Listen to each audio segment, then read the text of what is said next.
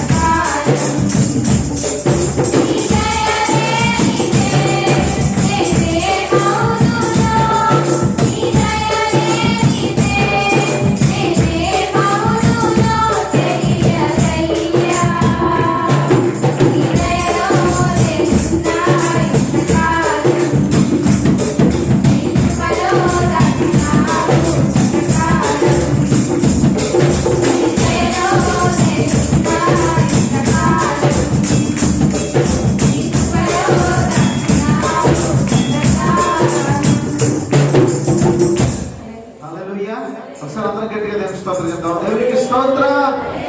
హల్లెలూయా. దయచేసి అందరం కూడా మోకరించి కొద్ది నిమిషాలు దేవుని నామాన్ని ఆరాధన చేసుకుందాం. పరిశుద్ధాత్మ దేవుడు మనలను అభిషేకించి తన కృపలో నడిపించలాగున దేవుని యొక్క సహాయాన్ని మనము కోరదాం. దయచేసి అందరూ కూడా మోకరించండి. ఏ ఒక్కరు కూడా అజాగ్రత్తగా కాక జాగ్రత్తను వహించి తన కృపలో దేవుడు మనల్ని నడుపులాగున దేవుని యొక్క సహాయాన్ని మనము కోరుకుందాం. హల్లెలూయా, హల్లెలూయా, హల్లెలూయా, హల్లెలూయా. స్తోత్రం, స్తోత్రం, స్తోత్రం, స్తోత్రం, స్తోత్రం, స్తోత్రం, స్తోత్రం. కృప కలిగిన రాజా నీకు స్తోత్రం. హల్లెలూయా, హల్లెలూయా, హల్లెలూయా. రాజానికి స్తోత్రం స్తోత్రం స్తోత్రం స్తోత్రం స్తోత్రం స్తోత్రం స్తోత్రం. హల్లెలూయా. నీకే స్తోత్రాలు, నీకే వందనాలు, నీకే వందనాలు, నీకే స్తోత్రం స్తోత్రం. హల్లెలూయా హల్లెలూయా హల్లెలూయా హల్లెలూయా హల్లెలూయా హల్లెలూయా హల్లెలూయా హల్లెలూయా హల్లెలూయా. దేవానికి స్తోత్రములు. యేసయ్యా యేసయ్యా నీకే వందనాలు. దేవానికి స్తోత్రములు. చూచుచున్నవాడా స్తోత్రం స్తోత్రం స్తోత్రం స్తోత్రం స్తోత్రం. హల్లెలూయా హల్లెలూయా హల్లెలూయా యేసయ్యా. హల్లెలూయా హల్లెలూయా హల్లెలూయా హల్లెలూయా హల్లెలూయా. దేవుడు మీరే వందనాలు, నీకే వందనాలు. హల్లెలూయా హల్లెలూయా హల్లెలూయా. పరిశుద్ధాత్మ దేవుడా నీకే స్తోత్రములు. నాయనా నీకే వందనాలు. ఆమేను. అభిషేకాన్ని పవర్ మాట్లాడువాడా నీకే స్తోత్రం స్తోత్రం శక్తితో. హల్లెలూయా హల్లెలూయా హల్లెలూయా హల్లెలూయా హల్లెలూయా హల్లెలూయా. దేవానికి స్తోత్రం స్తోత్రం స్తోత్రం స్తోత్రం స్తోత్రం. హల్లెలూయా హల్లెలూయా హల్లెలూయా. సూర్యుడా హల్లెలూయా. న్యాయము కలిగిన దేవునికి స్తోత్రం స్తోత్రం స్తోత్రం స్తోత్రం. హల్లెలూయా స్తోత్రం. ఆశ్చర్యకరుడా నీకే వందనాలు వందనాలు వందనాలు వందనాలు వందనాలు వందనాలు వందనాలు. స్తోత్రములు రాజా. నీ మాట చాలయ్యా, నీ చూపు చాలయ్యా, నీ తోడు చాలయ్యా, నీ నీడ చాలయ్యా. నీవుంటే నాకు చాలు యేసయ్యా, నీ వెంటే నేను ఉంటానేసయ్యా. నీవుంటే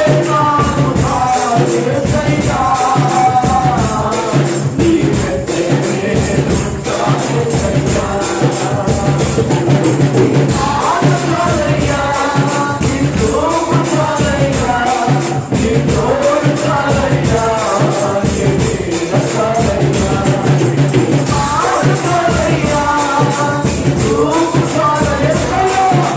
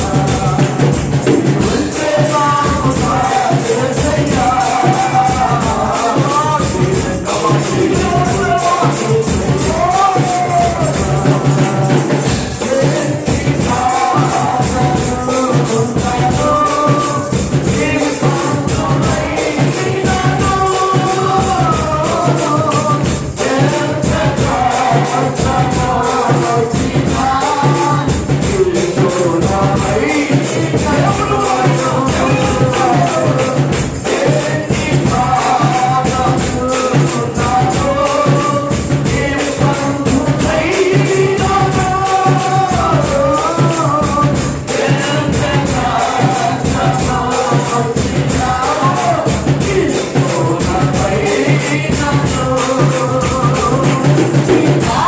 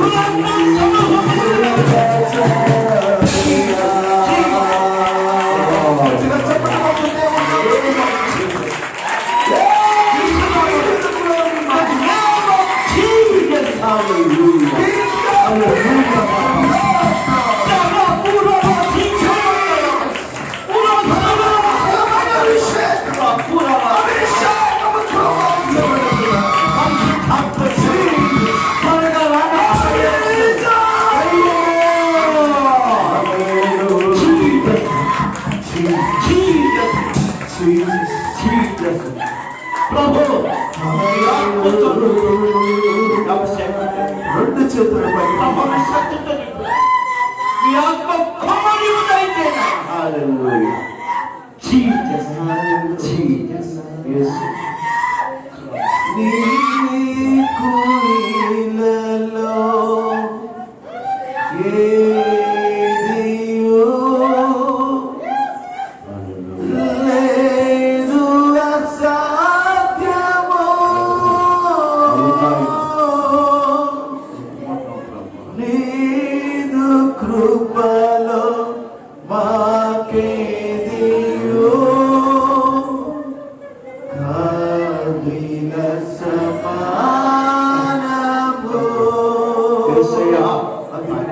ఈ మాట చెప్తామందరం నీ మాట చాలయ్యా అందరము కూడా నీ చూపు చాలయ్యా నీ తోడు చాలయ్యా నీ నీడ చాలయ్యా ఒక్కొక్కసారి నీ మాట చాలయ్యా నీ చూపు చాలయ్యా నీ తోడు చాలయ్యా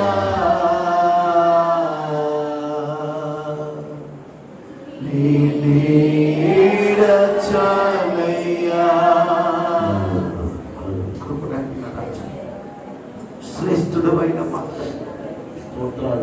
మీకు సాధ్యమైనది లోకమున లేదు ప్రభు సమస్తమును సాధ్యమే అంత గొప్ప దేవుని దేవునిగా కలిగి ఈ రోజున ఆరోగ్యవంతులముగా నీ మందిరములు మేమందరము మా చేతులను మీ తట్టి ఎత్తి ఆరాధన చేసే గొప్ప ధన్యత ఇచ్చిన దేవా నీకే వందనాలు స్తోత్రాలు చెల్లిస్తున్నాం. బలహీన వేదనలో బలమునిచ్చావయ్యా, వ్యాధి బాధలలో స్వస్థతనిచ్చావు, నెమ్మది లేనప్పుడు నెమ్మదినిచ్చావు, ఆర్థిక ఇబ్బందులతో సతమతమవుతున్నప్పుడు మమ్మలను లేవనెత్తేసావు. ఎంత గొప్ప దేవుడవునైనా మాట తప్పని దేవుడు, నమ్మదగిన వాడు తండ్రి. ఆకాశము మాటలు ఎన్నిటికీ నీకు అందించావు. వాగ్దానాన్ని ఈనాటి వరకు మా జీవితాలలో జరిగించిన దేవుడు, జరగబోతున్నవి తండ్రి, అందును బట్టి కూడా నీకు స్తోత్రాలు. ఎలాగున నిన్ను స్తుతించిన యేసయ్యా, ఎలాగున మిమ్మల్ని వర్ణించిన మీరు నాన్ని నేను తీర్చలేదు. అంత ఆశ్చర్యకరముగా ఈ భయంకరమైన గడ్డు పరిస్థితులలో కూడా మమ్మలను కాచి కాపాడుతున్నా. నీ ప్రేమతో మమ్మలను కప్పుతున్నావా. ఆరోగ్యకరమైన రెక్కల కింద మాకు ఆశ్రయాన్ని కల్పించావు. అందును బట్టి నీకు వందనాలు. నేను ఎన్నో ప్రమాదాలు మా ముందు ఉన్నప్పటికీ కూడా మా చెంతకు చేరకుండా మమ్మలను కాచి కాపాడాలి. అందును బట్టి నీకు ఎంతో వందనాలు యేసయ్యా. ఇంకా నీకు నమ్మకమైన వారిగా మేము బ్రతకట్లేదేమో, దయతో మమ్మలను మన్నించి క్షమించినైనా నీకు నచ్చిన బిడ్డలంగా యేసయ్యా, మిమ్మల్ని కనపరిచే బిడ్డలంగా ఈ లోకములో బ్రతుకులాగున నీ కృప మాకు దయచేయండి ప్రభువా. ఈ కోవిడ్-19 అనగా కరోనా వైరస్ నుండి ఈ లోకంలో నుండి మమ్మల్ని తప్పించే నాదులు ఎవరు లేరు ప్రభువా. తప్పించగలిగిన దేవుడు మీరే దేవా. కనికరించు ప్రభు, దృష్టించు నాయనా. ఈ ఉపద్రవము నుండి మమ్మల్ని తప్పించయ్యా యేసయ్యా. యేసయ్యా, ఒక్కసారి మా పట్ల కనికరాన్ని చూపు నాయనా, కనికరాన్ని చూపు ప్రభు. మీరు మాట మాత్రం సెలవిస్తే చాలయ్యా, సమస్తమును మీ నా మహిమార్థన జరిగిపోతుంది. అలాగనే నీ కృపలో జరిగించి మమ్మల్ని అందరినీ కృపలో నిలబెట్టుకొని నడిపించుకోమని సందరూ వేడుకుంటున్నాను యేసయ్యా. తినటానికి, ఉండటానికి, కట్టుకోవడానికి ఏ లోటు లేకుండా సమృద్ధినిచ్చినందుకు నీకు స్తోత్రాలు నైనా.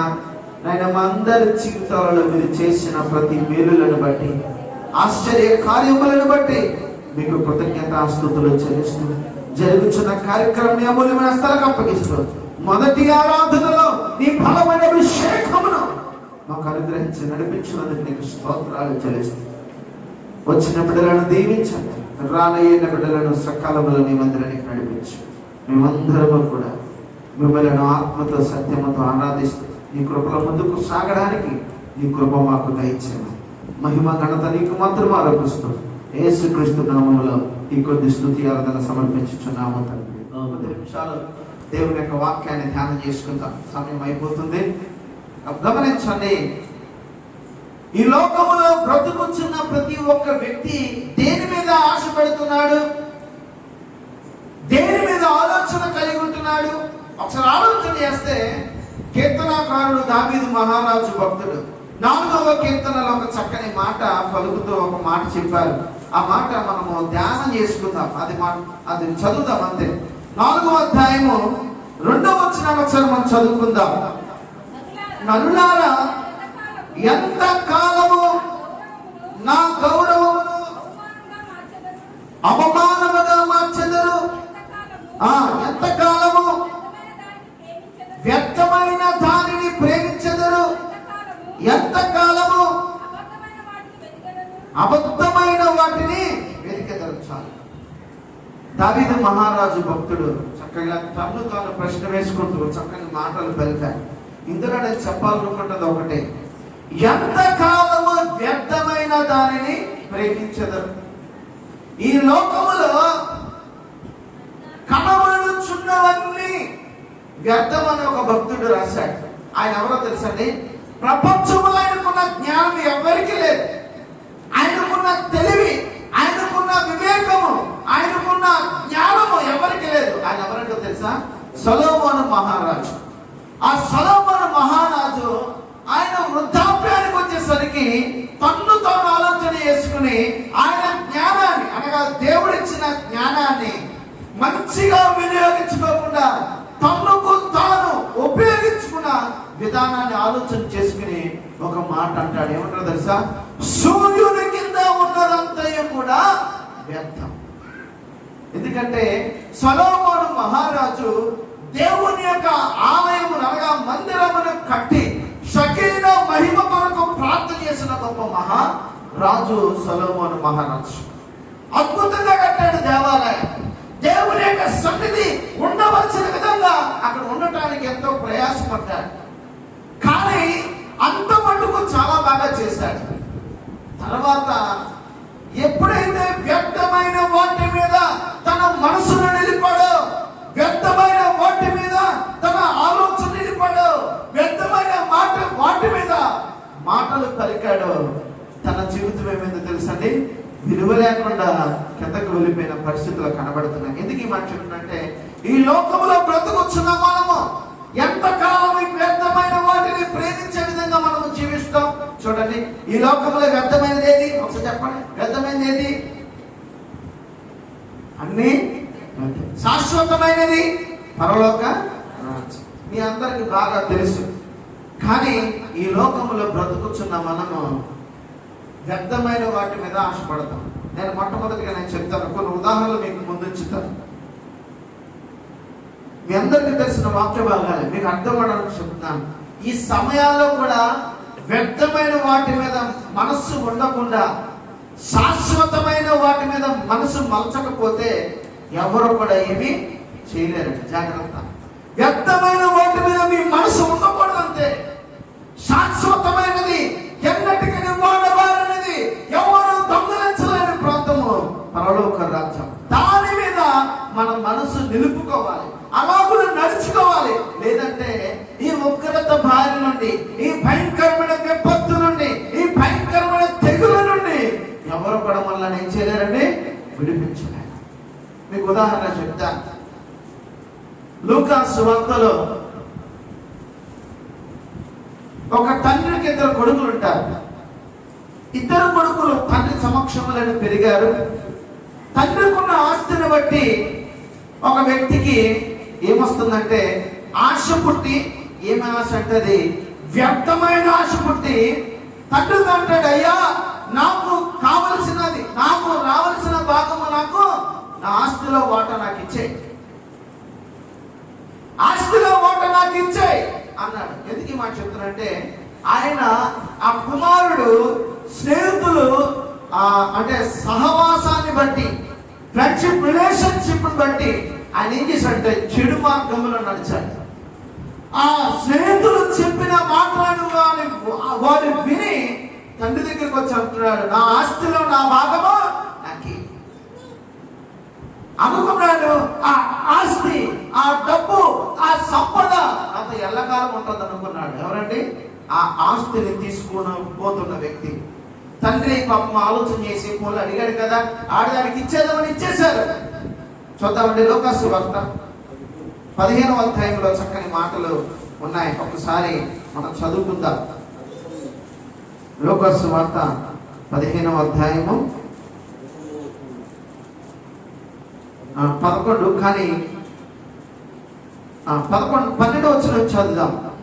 వారిలో చిన్నవాడు, తండ్రి ఆస్తిలో నాకు వచ్చు భాగము నిమ్మని తన తండ్రిని అడగగా వారికి అని ఉంది కదండి, ఇద్దరికి పంచి పెట్టేశాడు. ఇద్దరికి పంచి పెట్టిన తర్వాత ఏం చేశాడు? పుణ్యదినములైన తర్వాత ఆ చిన్న కుమారుడు సమస్తమును సమకూర్చుకుని దూరదేశమునకు ప్రయాణమైపోయి అచ్చట తన ఆస్తిని దుర్వ్యాపారముల వలన పాడు చేశాడు. చాలండి, ఇక్కడ చూసారండి, తన ఆస్తిని దేన్ని బట్టి పాడు చేశాడు? దుర్వ్యాపారం, వ్యర్థమైన వాటిని బట్టి తన ఆస్తిని అంతటిని కూడా పాడు చేసేసాడు. చూడండి, ఒక సామెత ఉంటుంది కదండి, బెల్లం ఉన్న చోట ఏమంటాయి? చేపలు. కాబట్టి ఇంకా చూసినట్లయితే డబ్బున్న వ్యక్తుల దగ్గరే జనం ఉంటారు. జాగ్రత్త చూడండి, డబ్బున్న వ్యక్తుల దగ్గరే జనం ఎక్కువ ఉంటారు.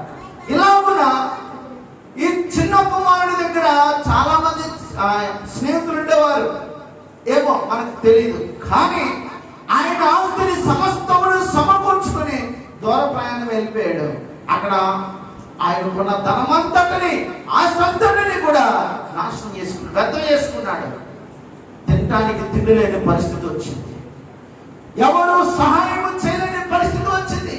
డబ్బులు ఉన్నప్పుడు తన స్నేహితులు వెనకాల ఉన్నారు, డబ్బు లేనప్పుడు స్నేహితులు లేకపోయారు.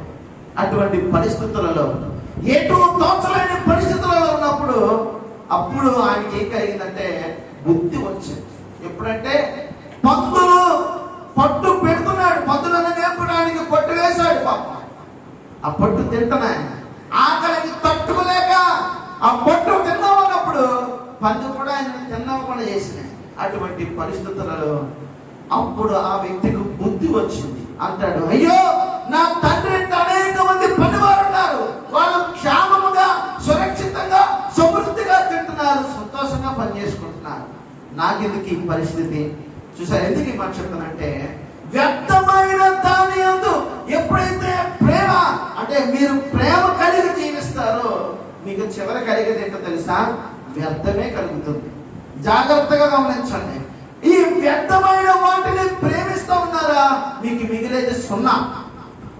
ఈ వ్యర్థమైన వాటిని ప్రేమించిన యొక్క చిన్న కుమారుడికి ఏం మిగిలిందంటే, ఆస్తి మిగిలిందా? డబ్బు మిగిలిందా? ఏమి మిగలలే, సున్నా మిగిలింది. అయినప్పటికీ కూడా ఒక ఆశతో తన తండ్రి ఎదురు చూస్తున్నాడు. మీకు నెగటివ్ పాజిటివ్ అంటే ఇందులో మంచి చెడు కూడా నేను చెప్తాను, జాగ్రత్తగా వినండి. చెడును చేశాడు, తిరిగి వస్తా అంటే ఆలోచనతో వెళ్ళిపోదాం అనుకున్నాడు.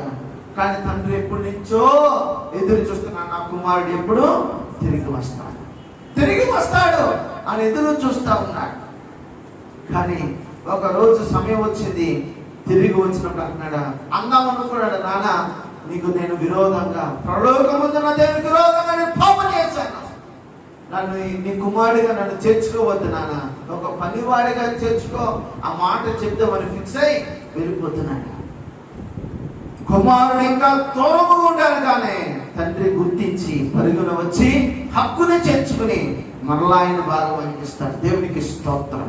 ఎందుకు ఈ మాట చెప్తానంటే, నువ్వు ఈ లోకములో మనుషుల సహాయము కోరి మీకు నచ్చినట్లుగా మీరు జీవిస్తే మీకు మిగిలేది ఏమీ ఉండదు. ఒకసారి ఆలోచించండి. కానీ నిన్ను కలుగజేసిన దేవుని సహాయము కనుక మీరు కలిగి జీవిస్తే, వ్యర్థమైన వాటి మీద మీ మనసు నిలపకుండా దైవ భక్తి కలిగి దేవుడిచ్చు మార్గములో మీరు నడిచినప్పుడు, మీరు ఏది దేవుని అడిగినా దేవుడు మీకు సహాయం చేస్తాడు. దేవునికి స్తోత్రం. కానీ మన ఆలోచన అంతా ఆశ అంతా ఎక్కడ ఉంటుందని, ఆస్తులు పాస్తులు, ఇంకా చెప్పాలంటే బట్టలు బంగారాలు నీడలు బిల్డింగ్లు, ఇవన్నీ కూడా నీ వెనకాల వస్తాయంటారా? జాగ్రత్త సుమి. ఉండాలి, ఉండకూడదు అంటలేదండి, ఇవన్నీ మనకు ఉండాలి. కానీ ఇవి కాదు ముఖ్యమైనది. ముఖ్యమైనది ఏంటంటే శాశ్వతమైనది, పరలోక రాజ్యం. దేవునికి స్తోత్రం. కాబట్టి మీరు దేనిని ప్రేమిస్తున్నారు? వ్యర్థమైన దానిని ప్రేమిస్తున్నారా, లేక శాశ్వతమైన జీవమునిచ్చు దేవుని మీరు ప్రేమిస్తున్నారా? ఒకసారి మీరు ఆలోచన చేయండి. ఇంకా మీకు ఇదే లూకాసు వార్త 16వ అధ్యాయానికి వస్తే, అప్పుడు ఇంకొక వ్యక్తి ఉంటాడు, ధనవంతుడు పేదవాడు. ధనవంతుడైతే ఊదా రంగు వస్త్రములు ధరించుకొని ప్రతిరోజు ప్రతి దినము బహుగా సుఖపడుచుండువాడు. బహుదిన ప్రతిరోజు బహుగా సుఖపడతా ఉన్నాడు. ఆయన అనుకున్నాడు ఇదే లోకం అనుకున్నాడు, ఇదే శాశ్వతం అనుకున్నాడు. ఆయన అనుకున్నాడు అయ్యో ఇదే నాకు మరణం ఉండదేమో అనుకున్నాడేమో. కానీ ఒక దరిద్రుడు ఉన్నాడు. ఆ దరిద్రుడిగా పేరు పొంది బలహీనుడిగా ఉన్నప్పటికీ కూడా ఆయనలో ఒక ఆశ ఏంటో తెలుసా? ఈ లోకములో కొంత మట్టుకే మన జీవితం. దేవునికి స్తోత్రం. శాశ్వతమైనది ఒకటి ఉంది, అక్కడ మనకు అసలైనది ఉందనుకున్నాడు. ఈ లోకములు ఏం ఆశించలే. కానీ ధనవంతుడైతే ఈ లోకములో ఉన్నాయి. ఆ రోజులలో ఉదాహరణ వస్త్రాలు అంటే సామాన్య విషయమైనది కాదండి, చాలా ఖరీదైనది. అటువంటి వస్త్రములను ధరించుకొని ప్రతిరోజు బహుగా సుఖపడిచిన వ్యక్తికి మరణం వచ్చింది, దరిద్రుడికి మరణం వచ్చింది. కానీ ధనవంతుడు ఎక్కడికి వెళ్ళాడు తెలుసా అండి? ఎక్కడికి వెళ్ళాడు? నరకానికి వెళ్ళాడు. కానీ దరిద్రుడు ఎక్కడికి వెళ్ళాడు? పరలోకానికి వెళ్ళాడు. ఎందుకు ఈ మాట నేను చెప్తున్నానంటే జాగ్రత్తగా వెళ్ళాడు. ఈ లోకములో వ్యర్థమైన వాటిని ప్రేమించి వ్యర్థమైన వాటి అందు మీరు మనసు నిలిపితే చివరికి మీరు వెళ్ళేది లేక మీకు మిగిలేది ఒకటే, అదేంటో తెలుసా? నరకం. కాబట్టి ఆ కీర్తనకారుడు చక్కని మాటలు చెప్తా ఉంటాడు. ఒకసారి ఆలోచన చేద్దాం. 60వ కీర్తన 11వ వచనంలో ఒక చక్కని మాట ఉంటుంది. 60వ కీర్తన 11వ వచనం.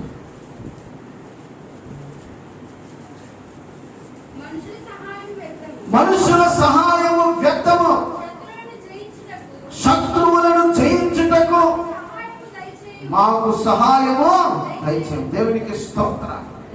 ఒకవేళ మనుషుల సహాయమును కోరుకున్నావేమో, దేవుడు చెప్తున్నాడు. మనుషుల సహాయమును ప్రేమించావేమో, దేవుడు చెప్తున్నాడు మనుషుల సహాయము. ఇదే మాట మరలా 107వ కీర్తన 11వ వచనం, 108వ కీర్తన 12వ వచనంలో ఉంటుంది. ఇదే సేమ్ మాట.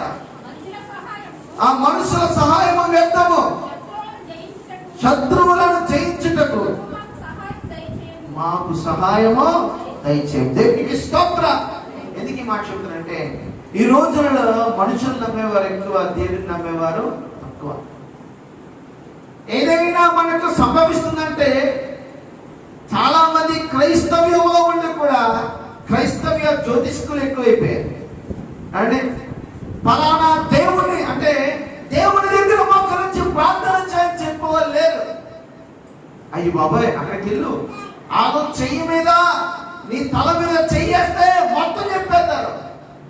అక్కడికి వెళ్తే నీ జీవితం బాగుంటుంది, అక్కడికి వెళ్తే దేవుడు సహాయం చేస్తాడు, ఆయన ప్రార్థన చేస్తారు అనుకుంటారు.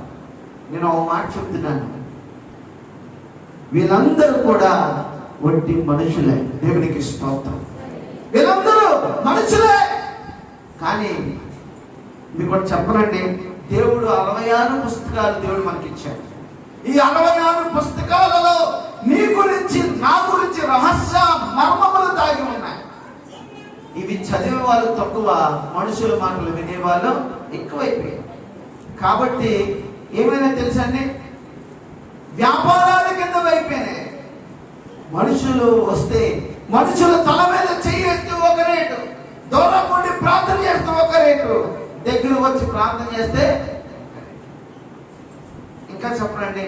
నిజంగా అన్యులు దేవుని నమ్ముకున్నవారు మొన్న ఒక శంకుస్థాపన చేయడానికి వెళ్తే నాకు చాలా ఆశ్చర్యం వేసింది. వాళ్ళ కుటుంబీకులు తప్ప మిగతా వాళ్ళందరూ అన్యులు, అంటే దేవుని ఎరగని ప్రజలు. వాళ్ళు ఇంకా చాలా అదే విధంగా మిగిలిపోయారు. నేను వికాస్ వెళ్ళాను. వెళ్తే ఆ తమ్ముడు ఏం చెప్పాడంటే, అన్న దేవుడు నాకు ఇచ్చిన స్థలం నేను దేవుని చిత్త ప్రకారంగా జరిగిస్తానన్నాడు. మీరైతే శంకుస్థాపన చేస్తారు, నవధాన్యాలు అంటారేమో, అంటే చుట్టూరు కడతారేమో. ఆ కుమారుడు ఏమి చేయలేదు, ఒక గుంటతో వాడు ప్రార్థన చేసి మునిపోయమన్నాడు. దేవునికి స్తోత్రం, దేవునికి స్తోత్రం. ఎవరండి? ఒక అన్యుడు. దేవుణ్ణి పూర్తిగా కూడా వెళ్ళలే. కానీ పాస్టర్ గారు ఉన్నప్పుడు ఒకలా చేస్తాం, పాస్టర్ గారు వెళ్ళిపోయిన తర్వాత మళ్ళీ అక్కడ బోర్డు పోసేసే విధంగా ఉంటాం. ఎందుకంటే మనుషుల మాటలు విని ఇదే లోకం అనుకుని, ఇదే శాశ్వతం అనుకుని మనుషులు చెప్పినట్లుగా మనం చేస్తున్నాం. కానీ ఇదంతా కలుగ చేసిన వ్యక్తి ఎవరు? దేవుడు. కానీ ఆ దేవుని మాటలు మర్చిపోయాం. ఆ దేవుడు కనబడతలేదు కదా అని రాజీ పడిపోయిన భక్తులు జీవిస్తా ఉన్నాం. ప్రియమైన దేవుని బిడ్డలారా, ఒకసారి ఆలోచించండి. మనుషుల సహాయమును కోరి బ్రతుకుతా ఉంటే మనం ఎద్దులమే. జాగ్రత్త. ఎవరు సహాయం కోరాలండి? దేవుని సహాయం మనకు ఉండాలి. దేవునికి స్తోత్రం. నువ్వు ఎక్కడ ఉన్నా, ఏ స్థితిలో ఉన్నా, ఏ పరిస్థితులలో దేవునికి మొరపెట్టినా దేవుడు ఖచ్చితంగా నీకు సహాయం చేస్తాడు. కానీ ఒకసారి ఆలోచించండి. మన భీమవరంలో ఎటువంటి వ్యక్తులు చాలా ఎక్కువైపోయారు. ఒక ఆయన ఇనప సామాన్లు అనుకునే వ్యక్తి ఈ వ్యాపారం బాగోలేదు కదా అని చక్కని వ్యాపారం పెట్టుకున్నాడు. ఇప్పుడు ఆయన స్థలాలు సరిపోవట్లేదు. చేపల చెరువులో డబ్బులు బాగా రావట్లేదు కదా అని ఏదో చెరువు చేశాడు దాన్ని. మనుషులు గుడ్డిగా వెళ్తున్నారు, గుడ్డిగా మునుగొచ్చేస్తున్నారు. చెరువులో మునిగితే నీకు రక్షణ కాదు, చెరువులో మునిగితే నీకు స్వస్థత కాదు. మొట్టమొదటికి ఏం మారాలో తెలుసండి? మనం బుద్ధి మారాలి. దేవునికి స్తోత్రం. ఏం మారాలండి? బుద్ధి మారాలి. అది ఎవరు చెప్పారు తెలుసండి? ఒక పీఠాధిపతి గారు చక్కగా ఆ దైవభక్తి సన్నివేశాల్లో ఒక మాట ఎలాగో చెప్పారు. చాలా మంది వాస్తుల గురించి ఏం చేస్తారంటే, కుమ్మారు కాడ కిటికీలు కాడ కుమ్మారు పెడతారు. ఇవి పెట్టడం వల్ల ఏమి ప్రయోజనం లేదు. ప్రయోజనం కలగాలంటే మన బుద్ధి మారాలని చెప్పాడు. ఎవరంటే? ఒక అన్య ఆచారము కలిగిన వ్యక్తి. ఎందుకు ఈ మాట చెప్తానంటే, బుద్ధి మారకుండా దేవుడి దగ్గరికి వచ్చి ఎన్ని విధాలుగా, ఎన్ని రకాలుగా ఆయనకు నువ్వు స్తుతులు చెల్లించిన అదంతా కూడా ఏంటంటే జాగ్రత్త. కాబట్టి మనుషుల సహాయం కోరి బ్రతుకుతున్నావేమో, తప్పు తావాలన్న జాగ్రత్త. బయటికి రండి, దేవుని సహాయం కోరండి, దేవుని సహాయం కోరండి. ఉగ్రత దినములో తప్పించేవాడు మనుషులు కాదు. ఎవరండి? దేవుడు ఒక్కడే. దేవునికి స్తోత్రం. చూడండి, ఐగుప్తు దేశంలో ఇశ్రాయేలు ప్రజలు ఉన్నారు, ఐగుప్తు ప్రజలు ఉన్నారు. 10 తెగుళ్ళు అక్కడ చోటు చేసుకున్నాయి. 10 తెగుళ్ళు చోటు చేసుకున్నప్పటికీ కూడా ఒక్క తెగులు కూడా ఇశ్రాయేలు ప్రజలను ఏమి కూడా చేయలేదు. ఎందుకో తెలుసా? దేవుడు ఏర్పాటు చేసుకున్న జనాంగం. దేవునికి స్తోత్రం. ఎందుకు ఈ మాట చెప్తారంటే, దేవుడిని పూర్తిగా నమ్మి ఆయన మార్గంలో నడుచుకుంటే చాలండి. దేవుడు మన దగ్గర నుంచి ఆశించేది ఇంకేమి కూడా లేదు. కానీ ఎంతకాలం మనం మనుషుల సహాయం కోరి బ్రతుకుతాం.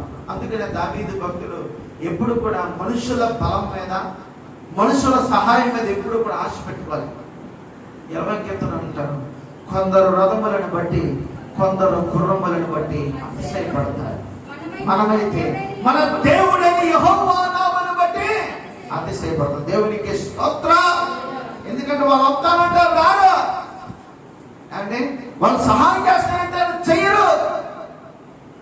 కానీ దేవుడిని అడుగు, దేవుడు ఖచ్చితంగా సహాయం చేస్తాడు. హల్లెలూయా. మీకు సింపుల్ ఉదాహరణ చెప్తాను. మనము మందిరం యొక్క విశాలత కొరకు ఎప్పటి నుంచి ప్రార్థన చేస్తున్నాం? మందిరము కట్టిన నాటి నుండే ప్రార్థన చేస్తున్నాం. ఎందుకంటే సరిపోదు మనకి. సుమారుగా ఎన్ని సంవత్సరాలు ప్రార్థన చేసి ఉంటామంటారు? సుమారుగా 20 సంవత్సరాలు చేసి ఉంటాం ప్రార్థన. మన దగ్గర ఏమైనా ఉందా? రూపాయి ఉందంటారా? లేదు. ఉందా? ఎవరి దగ్గర ఉందంటారా? పాస్టర్ గారి దగ్గర బ్యాంకులు ఏమైనా ఉన్నాయనుకుంటారా? సున్నా. కానీ అయినప్పుడు కూడా మనం ప్రార్థన చేసే విధానాన్ని బట్టి దేవుడు తన మహాకృపను బట్టి ఆయన ఉన్నాడని కూడా పాస్టర్ గారికి తెలియదు అంట. ఎక్కడున్నారో కూడా తెలియదు. అటువంటి వ్యక్తి వెతుక్కుంటూ వచ్చి సుమారు 20 లక్షలు అంటే 20 లక్షలు సహాయం చేశారు. దేవునికి స్తోత్రం. ఎందుకు మాట చెప్తానంటే, మనుషులు నమ్ముకుంటే చాలా మంది ఉన్నారు. ఓ గోల్డ్ ఇచ్చేసేవాళ్ళు. కానీ అదంతా ఏమైందో తెలుసా అండి? ఏమవుతుందో తెలుసా? వ్యర్థమే. అంతా రాజకీయాలే. కానీ మనకు కావాల్సింది రాజకీయం కాదు. ఏం కావాలంటే దేవుని సహాయం. దేవునికి స్తోత్రం. హల్లెలూయా. దేవుడు సహాయం చేస్తాడు తన కృపలో, తన కాలంలో. ఎందుకు మాట చెప్పగలుగుతానంటే, తినటానికి తిండి లేనప్పుడు ప్రభువా అన్నం పెట్టు ప్రభువా అంటే దేవుడు అన్నం పెట్టాడండి. పని లేదు ప్రభువా పని కల్పించాడు. దేవుడు పని కల్పించాడు. వ్యాధి రోగముతో బాధపడుతున్నప్పుడు వైద్యులకు అంతం చిక్కట్లే. ప్రార్థన చేసినప్పుడు దేవుడు స్వస్థపరిచాడు. స్వస్థపరచలేదా? దేవునికి స్తోత్రం. ఈ కార్యాలు చూసి కూడా ఎవరు నమ్మలేకపోతున్నామండి? దేవుని నమ్మలేకపోతున్నాం. కానీ ఎవరు నమ్మేస్తున్నాం? మనుషుల్నే నమ్ముతున్నాం. ఇంకొక మాట చెప్పండి. అదే కీర్తన 94వ కీర్తనలో 11 వచనాన్ని ఒకసారి మనం చదువుకుంటాం. 94వ కీర్తన. నరుల ఆలోచనలు వ్యర్థమని యెహోవాకు తెలిసి ఉన్నది. దేవునికి స్తోత్రం. నీ ఆలోచన ఏమైనదంటే వ్యర్థం. గమనించండి. మనుషుల సహాయము వ్యర్థం. రెండవది నరుల ఆలోచన వ్యర్థం. ఎన్ని ఆలోచన చేస్తావు? 10,000 వస్తున్నాయి అనుకో, దానికి ఏం చేస్తామండి? ప్లాన్ గీసేస్తాం. 1000 అక్కడ, 1000 ఇక్కడ, 1000 ఇక్కడ, 4,000 బట్టలకి. ఇది మన ప్లాన్ కదా. ఇలాగ ప్లాన్ గీసుకుంటాం. ఇంతకే 10,000 రాలేదు. ఇంతకే అర్థమైందండి? మనిషిని ఆలోచన. ఈ ఆలోచన కాక చూడండి, ఏలియా భక్తుడు, ఎలీషా భక్తుడు, అంటే వాళ్ళు గొప్ప గొప్ప ప్రవక్తల యాజకులు అయినప్పటికీ వాళ్ళు ఎవరి మీద ఆధారపడ్డారో తెలుసండి? దేవుని మీద ఆధారపడ్డారు. దేవునికి స్తోత్రం. కరువు కాలం వచ్చింది. ఒక చోట అడవిలో, అంటే అరణ్య మార్గంలో ఉండిపోయాడు. అటువంటి పరిస్థితులలో దేవుడు ఎవరికి ఆజ్ఞించాడండి? కాకోలకు ఆజ్ఞాపించగా రొట్టెలు తెచ్చి ఎవరికి ఇచ్చాడండి? ఏలియాకి ఇచ్చాడు. దేవునికి స్తోత్రం. ఎందుకు ఈ మాట చెప్తున్నానంటే, దేవుని నమ్మి ఆయన చిత్త ప్రకారంగా మనం నడవగలిగితే నీ ఆలోచన కదా నెరవేరేది. అక్కడ ఎవరి ఆలోచన? దేవుని ఆలోచన నెరవేర్చబడుతుంది. మనం అడిగేది మా అంటే 1,00,000 రూపాయలు అడగొచ్చు, లేకపోతే 10,000 అడగొచ్చు. దేవుడు 1 కోటి రూపాయల ఆశ కలిగి ఉండొచ్చేమో. 1 కోటి రూపాయలు ఎక్కడ వస్తాయి అనుకుంటున్నారా? అది మనుషుల సహాయముగా ఆలోచన చేస్తాం. కానీ దేవుని సహాయముగా ఆలోచన చేస్తే మనం ఎవరు బిడ్డలమండి? రారాజు బిడ్డలం. దేవునికి స్తోత్రం. ఆయన సహాయం అద్భుతంగా ఊహించని విధంగా దేవుని యొక్క సహాయం నీకు నాకు తక్కువ. కానీ ఎంతమంది దేవుని దగ్గరికి నిజంగా వస్తున్నారు చెప్పండి? ఎంతమంది ఇక్కడ ఉంది కదండి, ఆత్మతో సత్యముతో దేవుడు నాకు ఖచ్చితంగా సహాయం చేస్తాడని వస్తున్నారు చెప్పండి? పాస్టర్ గారు రాకపోతే ఏమనుకుంటారు అని వచ్చేవాళ్ళు ఎక్కువ. అంటే రాకపోతే అడుగుతారని భయంతో వచ్చేవాళ్ళు ఎక్కువ. కానీ దేవుడు నాకు సహాయం చేస్తాడు. నా పరిస్థితులను తారుమారు చేస్తాడు. నా కుటుంబమును దేవుడు ఆశీర్వదిస్తాడని ఆశతో వచ్చేవాళ్ళు ఎక్కడో ఒకరు, 2, 3 ఉంటారు. ఒకసారి ఆలోచన చేసుకోండి. నీ ఆలోచన స్వార్థంతో ఉంటుంది. నీ ఆలోచనలో కపటం ఉంటుంది. నీ ఆలోచనలో ద్వేషాలు ఉంటాయి. నీ ఆలోచనలో కక్షలు ఉంటాయి. కానీ ఆయన ఆలోచనలు ఏముంటదండి? కల్మషం ఉంటుంది. దేవునికి స్తోత్రం. ఆయన ఆలోచన అందరి పట్ల ఏముంటదండి? స్వచ్ఛమైనదిగా, ఇటువంటి తేడా లేని విధంగా ఆయన ఆలోచన ఉంటుంది. కాబట్టి ఆయన ఆలోచనకి ఎప్పుడైనా నువ్వు చోటించావా? ఆలోచించే. నువ్వు మనుషులను నమ్ముతున్నా, నరుని ఆలోచన నమ్ముతున్నావు, కానీ దేవుని సహాయం కోరుతున్నావా? దేవుని ఆలోచన కోరుతున్నావా? చూడండి, పరలోక ప్రార్థనలో ఒక చక్కని ప్రార్థన చేస్తాం కదా. పరలోకమందున్న మా తండ్రి, నీ నామము పరిశుద్ధపరచబడును గాక, నీ రాజ్యము వచ్చును గాక, నీ చిత్తము పరలోకమందు నెరవేరినట్లు భూమి యందు నెరవేరును. ఆయన చిత్తం నెరవేరాలని కోరుకుంటాం, కానీ మనం ఆలోచన పెట్టేద్దాం కదా.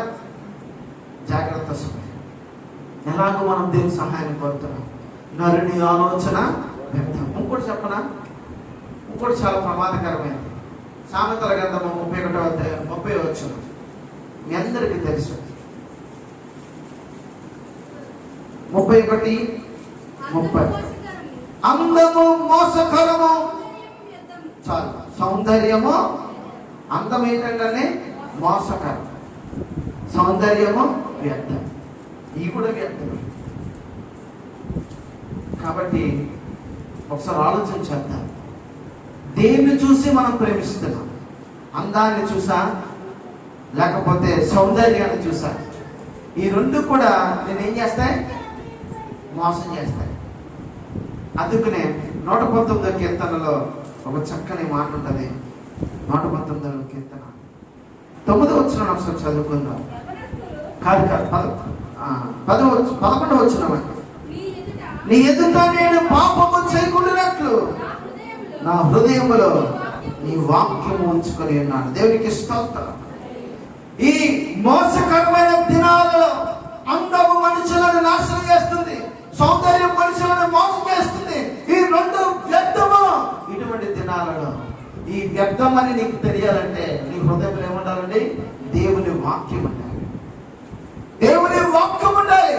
కానీ మన హృదయంలో దేవుని వాక్యానికి చోటు ఉందా?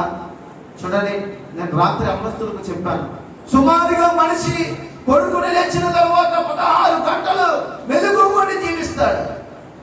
సుమారుగా 8 నుండి 11 గంటలు పనిచేస్తారు. ఇంకా మిగతా 4 గంటలు, 5 గంటలు, 6 గంటల సమయం ఉంది. ఈ 6 గంటల సమయంలో దేవునికి 1 గంటైనా చోటిచ్చావా? ఈ 4 గంటల ఫోన్కి ఎక్కువ అవకాశం ఉంది, మాట్లాడడానికి ఎక్కువ అవకాశం ఉంది, కానీ దేవునితో మాట్లాడడానికి అవకాశం లేదా? ఒకసారి ఆలోచించండి. ఇటువంటి దినాలలో కూడా ప్రభువా అని అడగలేని స్థితిలో ఉంటే ఎంత దౌర్భాగ్యం అండి. ఎంతకాలము వ్యర్థమైన దానిని ప్రేమిస్తారు, ఎంతకాలము ఆయన నామాన్ని అగౌరవపరుస్తారు. ఒకసారి ఆలోచించండి. ఇటువంటి భయంకరమైన దినాలలో ఆయన నామాన్ని ఏం చేయకూడదండి? అగౌరవపరచకూడదు. ఆయన నామాన్ని గౌరవిస్తూ వ్యర్థమైన వాటి యందు మన మనసును పెట్టకుండా జీవించాలి. దేవునికి స్తోత్రం. కానీ ప్రియమైన దేవుని బిడ్డలారా, ఎలాగో మనం జీవిస్తున్నాం. ఒక జరిగిన సంఘటన మీకు చెప్పాలనుకుంటున్నాను. ఒక పాస్టర్ గారు ఆదివారం ఆరాధనకు సిద్ధపడ్డారు. లేక కుమారుడు చాలా కాలానికి పుట్టాడు. ఆ కుమారుడికి సుమారుగా 4 నుంచి 5 సంవత్సరాలు. కుమారుడికి చక్కగా స్నానం చేపించేశారు. ప్రార్థనకి తీసుకెళ్ళాలి. పాస్టర్ గారు అనే టైం అయిపోయింది. బైబిల్ పట్టుకుని బయటకు వెళ్తున్నారు.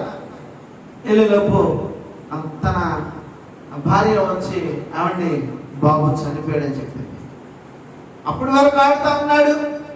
అప్పటి వరకు చక్కగా చలాగా తిరిగిన వ్యక్తి చనిపోయాడు అనేసరికి మనిషి ఎక్కడికో కొప్పుకొలిపోయాడు. కానీ బైబిల్ ఇప్పుడు ఆరాధనకు వెళ్ళాలి, ఆరాధన చెయ్యాలా మానాలా అన్న ఆలోచన. కానీ ఆయన ఒక మాట అన్నాడు. వెళ్ళాడు, చూశాడు, బాధ, ఎంతైనా బాధ. లేక పుట్టాడు. ఒక మాట అన్నాడు తన భార్యతో, అమ్మా ఈ విషయము ప్రార్థన ఎవరికి చెప్పద్దు. దేవుడు నమ్మదగిన వాడు, మనకు సహాయము చేస్తాడు అని చెప్పి ఆరాధన అయ్యాక నేనే సంఘంలో ప్రకటన చేస్తానని బైబిల్ పట్టుకుని వచ్చేసాడు. భార్య బిడ్డ దగ్గర ఏడుస్తూ ఉంది. వేదన చెప్పుకోలేని పరిస్థితి. పాస్టర్ గారు అద్భుతంగా వాక్యం చెప్పి ముగించిన తర్వాత ఒక మాట చెప్పాను. మీకు ఒక మాట చెప్తున్నాను, ఆ మాట చెప్పడానికి కూడా నాకు ధైర్యం చాలట్లేదని చెప్పి ఒక మాట చెప్పాడు. ప్రార్థన ప్రారంభించే ముందు కొన్ని నిమిషాల ముందు నా కుమారుడు చనిపోయాడు, మా కుటుంబ ఆదరణ కొరకు ప్రార్థన చేయండి అన్నప్పుడు విశ్వాసులందరూ దిక్కు తోచలేని విధంగా చాలా బాధపడి, అయ్యో ఎందుకు చెప్పలేదన్న బాధతో అందరూ ఏడుతూ మొదలెట్టారు. పాస్టర్ గారు వెళ్తా ఉండగా పాస్టర్ గారు మళ్ళా వెనకకు వచ్చి, అండి పాస్టర్ గారు బాబు బ్రతికాడండి, దేవునికి స్తోత్రం. చనిపోయిన వ్యక్తి, నిస్సహాయ స్థితి, ఎవరు ఆదరించలేని పరిస్థితి. కానీ ఆ పాస్టర్ గారికి కావచ్చు, ఆ పాస్టర్ గారికి కావచ్చు, ఎవరి మీద ఉందండి విశ్వాసం? దేవుని. వెంటనే వెనకకు వచ్చినప్పుడు పాస్టర్ గారు కుదిపారు. ఏదైనా గుండె మీద గుద్దితే ఆ ఊపిరిని అందుకుంటాడేమని గుద్దారు. కానీ ఏం జరగలేని పరిస్థితి ముందు. కానీ ఎప్పుడైతే పాస్టర్ గారు ప్రకటన చేసి ముందుకు వస్తున్నారో అటువంటి సమయంలో పిల్లడు ఆడుకున్నాడండి, ఆరోగ్యంగా ఉన్నాడని చెప్పినప్పుడు ఎలా ఉంటుందో నమ్ముతారా? నమ్మలేదంటారా? నమ్మలేని పరిస్థితి. దేవునికి స్తోత్రం. ఎందుకు మాట చెప్తారంటే ఇది మనుషులకు అసాధ్యమే, ఇది మనుషులకు నమ్మశక్యము కానిది, కానీ తన నమ్మిన బిడ్డలకు ఇది సాధ్యం. దేవునికి స్తోత్రం. ఎందుకు ఈ మాట మీకు చెప్తానంటే మీ విశ్వాసాన్ని బలపరచడానికి. మనుషుల సహాయం కోరితే ఏమీ ఉండదు, జాగ్రత్త సుడి. అందుకనే కొండల తట్టు నా కన్నులు ఎత్తుచున్నాను, నాకు సహాయము ఎక్కడ నుండి వచ్చును. తర్వాత అంటాడు యెహోవా వలనే నాకు సహాయం. చూసారండి, కొండల తట్టు అంటే చాలా మంది పుణ్యక్షేత్రాలకు వెళ్తారు కదా, ఎక్కడికి? ఆ కొండ ఈ కొండ, ఈ గుండు ఆ గుండాన్ని కొట్టించుకుంటూ వస్తూ ఉంటాం. దానివల్ల నీకు ఏ సహాయము రాదు. అంటే చెన్నైలో ఆ కొండకెళ్ళినా, ఇక్కడ నిర్మలగిరి కొండకెళ్ళినా, గౌరీపట్నం కొండకెళ్ళినా నీకు ఏ సహాయమో రాదు. పేరుపాలెం దగ్గర గుడికెళ్ళినా ఏ సహాయం రాదు. చెప్తున్నాను, నీకు సహాయం కలగాలంటే ఎవరండి? దేవుని వలన. దేవునికి స్తోత్రం. కాబట్టి ఒకసారి ఆలోచించండి, ఎటువంటి భక్తిని ఆచరిస్తున్నాం? వ్యర్థమైన భక్తి మనలో ఉందా? ఒకసారి తీసివేద్దాం. లేకపోతే దేవుడు గొప్ప దేవుడు, ఆయన అద్భుతమైన వాడు, ఆశ్చర్యకరుడు, ఆయన పట్ల నీ యొక్క నిరీక్షణ ఉందా? సూపర్. ఒకసారి ఆలోచించండి. ఎంతకాలం నటన భక్తితో మనము జీవిస్తాం, ఎంతకాలము ఈ లోకములో మనం వ్యర్థమైన వాటి మీద మనసు పెట్టుకుంటాం. అందుకనే సొలొమోను మహారాజు ప్రసంగిలో ఒక చక్కని మాట, 2వ అధ్యాయము 11వ వచనంలో ఒక చక్కని మాట చెప్తా ఉంటాడు. 2వ అధ్యాయం 11వ వచనం చదవండి. ప్రసంగి గ్రంథం 2వ అధ్యాయం 11వ వచనం. అప్పుడు నేను చేసిన పనులన్నీ, వాటి కొరకై నేను ప్రయాసపడిన ప్రయాసమంతయు నేను నిదానించి వివేచింపగా అవన్నీ వ్యర్థముగాను, ఒకడు గాలికి ప్రయాసపడినట్టుగాను అగుపడెను. సూర్యుని క్రింద లాభకరమైనది ఏదీ లేనట్టు నాకు కనబడింది. చూసారంటే సూర్యుని కింద లాభకరమైనది ఏది కూడా కనబడలేదండి. ఎవరికండి? గొప్ప రాజు. ప్రియమైన దేవుని బిడ్డలారా, ఈ వ్యర్థ లోకములో దేని కొరకు తపన పడాలండి? పరలోక రాజ్యం. ఆ శాశ్వతమైన రాజ్యములో ఆ సుస్థిర స్థానము సంపాదించుకునేలాగున మనం ఈ లోకంలో బ్రతకాలి తప్ప వ్యర్థమైన వాటి ఎందుకు కాదు. మీకు ఒక ఉదాహరణ చెప్తాను. ఎందుకంటే వ్యర్థమైన వాటి ఎందుకు మనసు నిలిపితే వచ్చేది ఏమీ లేదు. కానీ ఒక విధవరాలు భర్తను కోల్పోయింది, పెళ్లి చనిపోయాడు, అప్పుడు వారి ఇంటికి వచ్చాడు. ఎటు తోచలేని పరిస్థితులలో తన దాసుడైన యజమానుడి దగ్గరికి వెళ్ళి, అయ్యా మా పరిస్థితి ఇది అన్నప్పుడు, చూడండి 2వ రాజుల గ్రంథము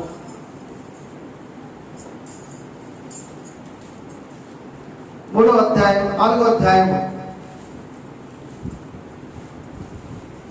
4వ అధ్యాయం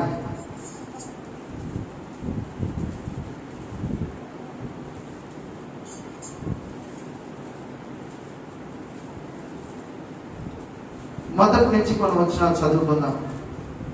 అంతటా ప్రవక్త శిష్యులలో ఒకని భార్య, నీ దాసుడైన నా పెనిమిటి చనిపోయాను, అతడు యెహోవా యందు భయభక్తులు గలవాడని నీకు తెలిసే ఉన్నది. ఇప్పుడు అప్పుల వాడు నా 2 కుమారులు తనకు దాసులు ఉండటకై వారిని పట్టుకొని పోవుటకు వచ్చి ఉన్నాడని ఎలీషాకు మొరపెట్టగా. చూసారంటే ఎవరు వచ్చారంటే పేరు పెట్టి, భక్తులు కోల్పోయింది. ఆ తల్లి వచ్చాడు, అయ్యా నాకున్న 2 కుమారులను వాడికి దాసులుగా తీసుకుని పోవడానికి వచ్చాడయ్యా, నీతో సహాయం చేయని అడిగినప్పుడు ఎలీషా చక్కని మాట అంటాడు. ఎలీషా, నా వలన నీకేమి కావాలను, నీ ఇంటిలో ఏమున్నదో అది నాకు తెలియజేయమని చెప్పాను. అందుకు ఆమె, నీ దాసుల నా ఇంటిలో నూనె కుండ ఒకటి ఉన్నది, అది తప్ప మరేమీ. చూసారంటే నూనె కుండ మాత్రమే ఉంది, ఇంట్లో ఏమీ లేదు. అటువంటి పరిస్థితులలో మనుషులను కోరుకుంటే ఎవరు ఏమీ చేయలేరని ఒకళ్ళు కోరుకుంది, నా దేవుడు నాకు సమస్తము చేస్తాడు.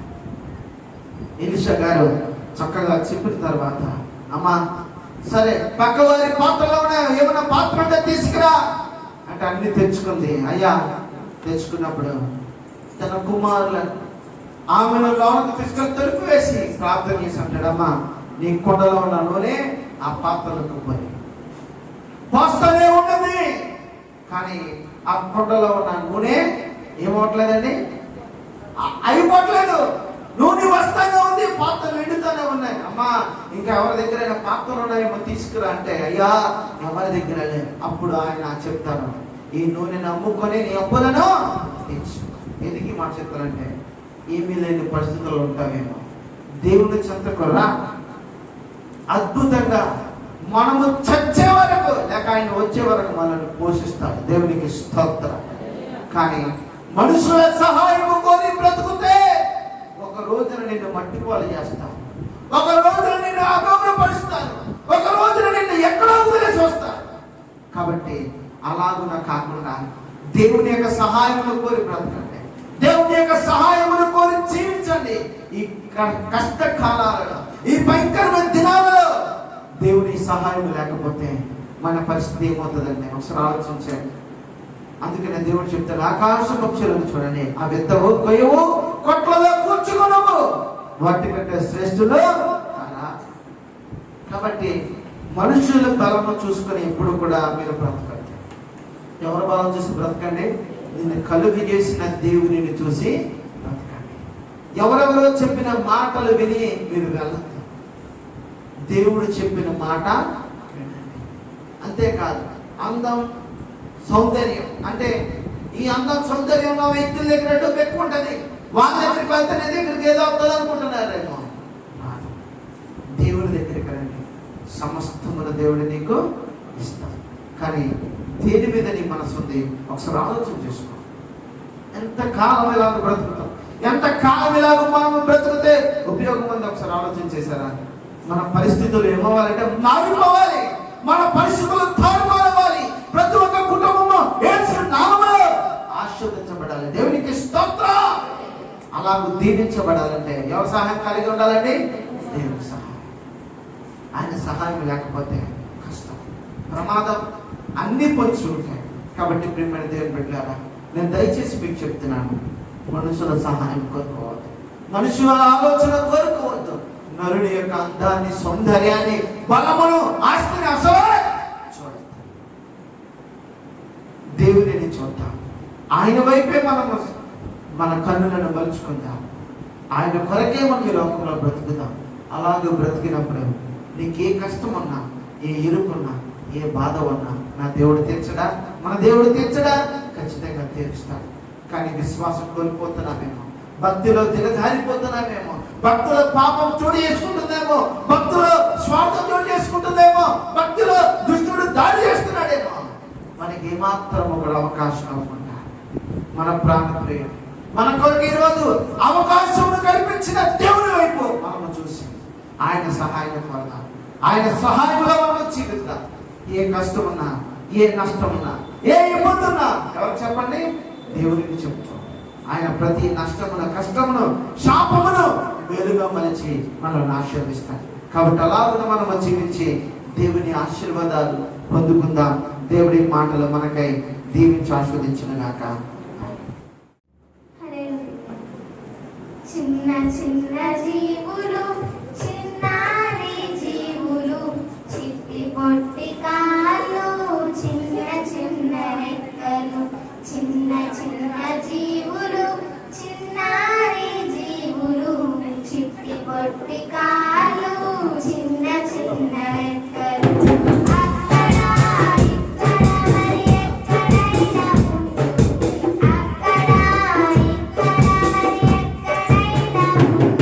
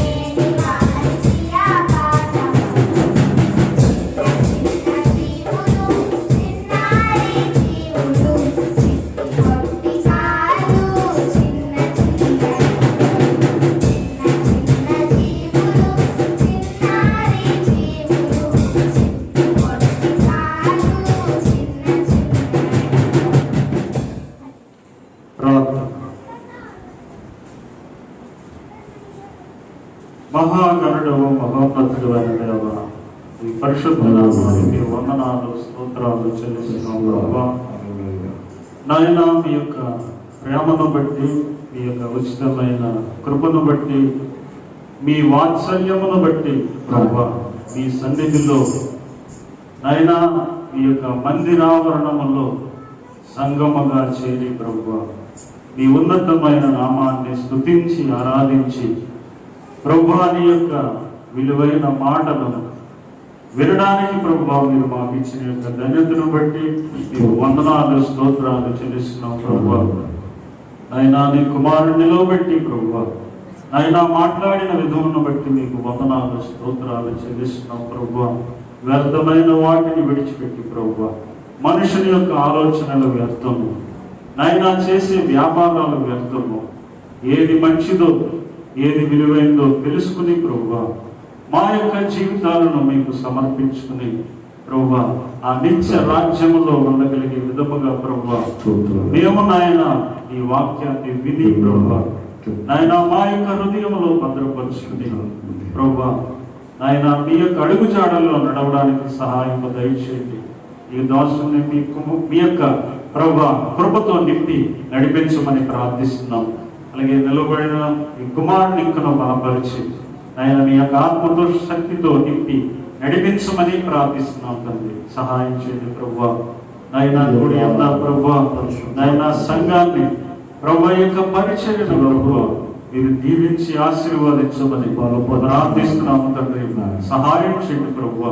నాయన మమ్మల్ని క్షమించి నాయన క్షేమమును మాకు అనుగ్రహించినందుకు వందనాలు స్తోత్రాలు చెల్లిస్తున్నాం ప్రభువా. నాయన ఇంకా నీ బిడ్డలైన వారందరూ అనేక మంది ప్రభువా నాయన ఆ యొక్క వైరస్ను బట్టి ప్రభువా బాధపడుతూ ఉన్నారు తండ్రి. వారికి స్వస్థత దయచేయండి ప్రభువా. అద్భుతంగా ఆశ్చర్యంగా ప్రభువా నీ బిడ్డలను ప్రభు ఆయన దూర దేశంలో దూర ప్రాంతంలో ఉన్న బిడ్డలను ప్రభువా ఆయన సమకూర్చారు, నాయన మీ యొక్క సంఘానికి చేర్చారు. అందును బట్టి మీకు వందనాలు స్తోత్రాలు చెల్లిస్తున్నాం ప్రభువా. అలాగే వ్యాధి బాధలో ఉన్న వారిని ప్రభువా విడిపించండి నాయన, స్వస్థపరిచి ఆరోగ్యం ఇచ్చి ప్రభువా నాయన నిన్ను ఎరిగిన బిడ్డలుగా నాయన ఈ విధంగా ప్రభువా నాయన మీ బిడ్డలు సాక్ష్యం ఇచ్చినట్లుగా ప్రభువా ఇంకా అనేక మంది నీ కొరకు సాక్ష్యం ఇచ్చినట్లు వారిని నిలబెట్టమని ప్రార్థిస్తున్నాం. సహాయం చేయండి ప్రభువా. నాయన మీ దాసుని కుటుంబాన్ని దీవించి ఆశీర్వదించి ప్రభువా నాయన మీ యొక్క ఆత్మతో శక్తితో బలముతో నింపి నడిపించమని ప్రార్థిస్తున్నాం తండ్రి. సహాయం చేయండి ప్రభువా. ఎత్తబడిన కానుకలను బట్టి ప్రభువా మీ సన్నిధిలో ప్రార్థిస్తున్నాం నాయన. నాయన సంఘములో సమృద్ధి అయిన జీవము నాయన ఆహారము ఉండినట్లు ప్రభువా మీ యొక్క ఆకాశపు వాకిండ్లు తెరిచి ప్రభువా సమృద్ధిగా నాయన మీ దీవెనలు ఆశీర్వాదములు ప్రభువా సంఘానికి నాయన బిడ్డలందరికీ దయచేయమని ప్రార్థిస్తున్నాం తండ్రి. ఎవరైతే కష్టములో నష్టంలో ఉన్నారో ప్రభువా వారు విడిపించబడి నాయన మీ కొరకు ప్రభువా మీ యొక్క మహిమ కొరకు వారు సాక్ష్యం ఇచ్చుటకు నిన్ను స్తుతించుటకు ప్రభువాన్ని బలపరిచి నడిపించమని ప్రార్థిస్తున్నాం తండ్రి. సహాయం చేయండి ప్రభువా. ఆయన యొక్క దీన ప్రార్థన ఆలకించి ప్రతిఫలము దయచేయమని ఈ యొక్క పరిచర్యను ప్రభువా ఏదేనో సంఘాన్ని ప్రభువా పరిచర్యను ఇంకనూ విస్తరింప చేయమని అద్భుత కార్యములు ఆశ్చర్య కార్యములు జరిగించుమని ఆయన ఎంతవరకు జరిగించావు ప్రభువా మీకు స్తోత్రములు. ఇది నాయన ఈ విధముగా ఈ పరిచర్య జరుగుతుందంటే ఇది ఆశ్చర్యమే, అద్భుతమే, గొప్ప కార్యములు ప్రభువా మీరు జరిగించారు. నీకు వందనాలు తండ్రి. మీరే సెలవిచ్చారు, నిలిచి చూడమన్నారు, ఊరగా ఉండమని సెలవిచ్చారు ప్రభువా. నాయన నిన్ను వెతికిన వారికి ప్రభువా నీవు అనుగ్రహించేవి అవి ఊహించలేం, వర్ణించలేం, మా కన్నులతో మేము నాయన గ్రహించలేము తండ్రి. అటువంటి అద్భుత కార్యములు ఆశ్చర్య కార్యములు సంఘము ద్వారా బిడ్డల ద్వారా మీ యొక్క దాసుని ద్వారా ఆయన యొక్క పరిచర్యను ఇంకను ముందుకు నడిపించుమని మీరే మహిమా ఘనత ప్రభావాలు పొందుమని ఈ ప్రార్థన యేసు పరిశుద్ధ నామములో ప్రార్థించి వేడుకొనిచున్నాము తండ్రి. ఆమేన్. పరలోకమందున్న మా తండ్రి, మీ నామము పరిశుద్ధపరచబడును గాక, మీ రాజ్యం వచ్చును గాక, మీ చిత్తం పరలోకమందు నెరవేర్చినట్లు భూమి యందు నెరవేరును గాక. మా అడిగిన ఆహారం నేడు మాకు దయచేయము. మా ఎడల అపరాధం చేసిన వారిని మేము క్షమించిన ప్రకారం మా అపరాధాలు క్షమించండి. మమ్మల్ని శోధనలు తేక దుష్టు నుండి తప్పించండి. రాజ్యము, శక్తి, మహిమ నిరంతరము నీవై ఉన్నవి తండ్రి. ఆమె తండ్రి యొక్కయు కుమారుని యొక్కయు పరిశుద్ధాత్మని యొక్కయు అన్యోన్యమైన సహవాసం, ఆయన కృప, దయ, జాలి, కనికరము, ప్రేమ ఇప్పుడు ఎల్లప్పుడు సదాకాలం దేవుని పరిశుద్ధమైన మందిరంలో చేరి ప్రభుని స్తుతించి ఆరాధించి దేవుని వాక్యాన్ని ధ్యానించి ప్రార్థించిన మనందరికీ సంఘాలకు సకల పరిశుద్ధతను సదాకాలము తోడుగా ఉండి నడిపించను గాక. ఆమె యేసు రక్తమే చేయి, ప్రభు యేసు రక్తమే చేయి, ప్రభు యేసు నామానికి సంపూర్ణమైన విజయము కలుగును గాక. ఆమె అందరికీ కూడా పేరు చెప్పున దైవజనుడిగా నా ఉదయపూర్వకమైన వందనాలు తెలియజేసుకుంటున్నాను. దేవుడి మిమ్మల్ని మీ బిడ్డలను కుటుంబంలో ఆశీర్వదించిన గాక. అందరికీ